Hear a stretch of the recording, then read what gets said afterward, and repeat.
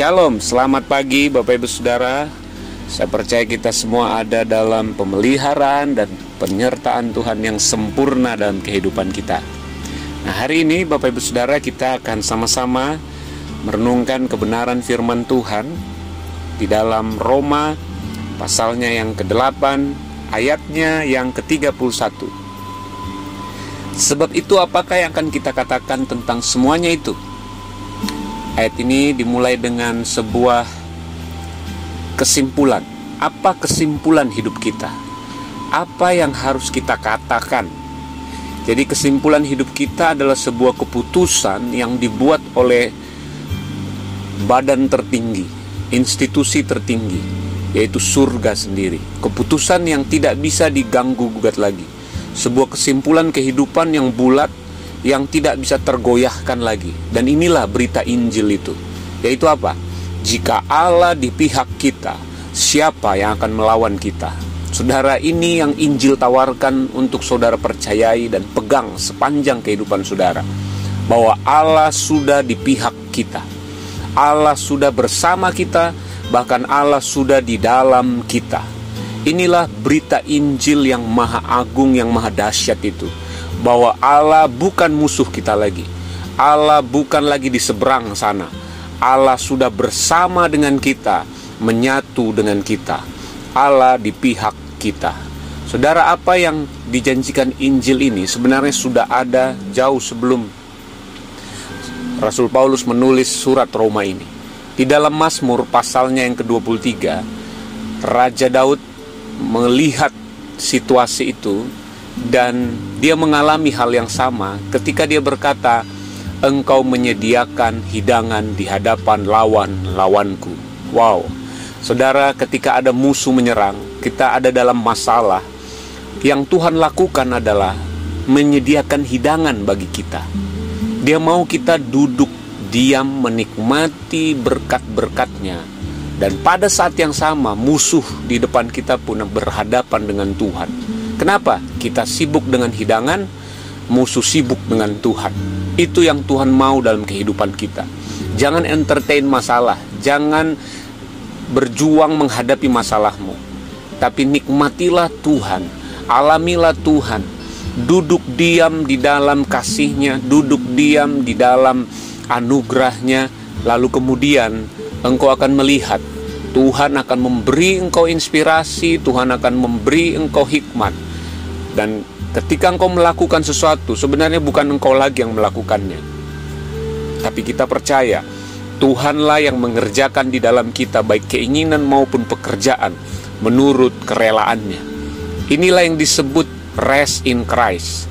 Bukan berarti kita diam malas nggak ngapa-ngapain, tapi ketika kita rest in Christ, maka ada hikmat ilahi, ada hikmat Tuhan yang akan memampukan kita untuk menghadapi musuh kita, lawan-lawan kita. Itu yang dialami oleh Daud. Ketika Daud berkata dia menyediakan hidangan di hadapan lawan-lawannya, maka kita baca dalam firman Tuhan, Daud berperang. Daud pun turun untuk ke lapangan dan mulai menghadapi musuh-musuhnya. Tapi kalau kita lihat, saudara, keajaiban-keajaiban terjadi. Kalau kita wawancara Daud, Daud pun bilang, "Saya juga bingung, Riz, karena waktu saya turun, tahu-tahu musuh kalah begini, tahu-tahu begini." Nah, inilah yang disebut Allah yang berperang bagi kita. Jadi misalnya hari ini, saudara punya musuh yang mengancam saudara, mau bunuh saudara, mau datangi rumah saudara, mau pukul saudara, mau lakukan kekerasan dengan saudara. Tapi tiba-tiba Jokowi telepon, dan Jokowi bilang, "Saya mau nginap di rumahmu ya, Riz." Wow. Lalu kemudian karena saya lagi ketakutan, ya saya terima Pak Jokowi sebagai suatu penghiburan lah buat saya. Waktu dia masuk ke rumah saya, musuh itu juga sudah masuk ke dalam komplek perumahan saya. Tapi baru dia masuk, dia lihat kok sudah mulai rame orang. Musuh saya ini masuk lagi, makin dekat rumah saya kok makin banyak orang. Dan dia lihat logo-logo pengawal-pengawal itu, orang-orang itu ada tulisan Pas Pampres.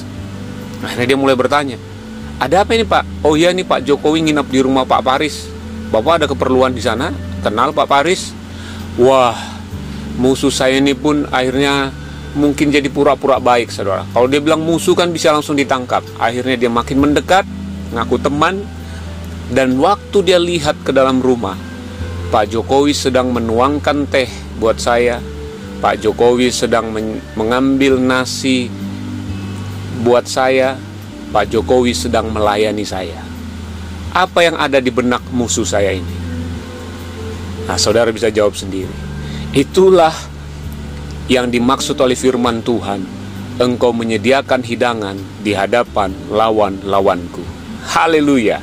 Hari ini Bapak Ibu Saudara, jangan mau digeser oleh berita kabar baik Injil kasih karunia, bahwa Allah di pihakmu. Allah tidak pernah lagi memusuhimu, Allah tidak pernah lagi menjadi lawanmu, tapi Allah di pihak kita. Bahkan oleh kematian dan kebangkitan Kristus, Allah bukan hanya ada bersama kita, tapi Dia tinggal di dalam kita, menyatu dengan kita selama-lamanya. Kristus adalah hidup kita, dan Dia sudah berjanji, aku tidak akan pernah sekali-kali melupakanmu dan tidak akan pernah sekalipun meninggalkanmu. Puji Tuhan. Dan selamat menikmati anugerahnya yang besar, selamat menikmati kasih karunia-Nya sepanjang hari ini, sepanjang minggu ini, karena Tuhan selalu bersama dengan kita. Salam Gereja Kepenuhan Kristus. Tuhan Yesus memberkati.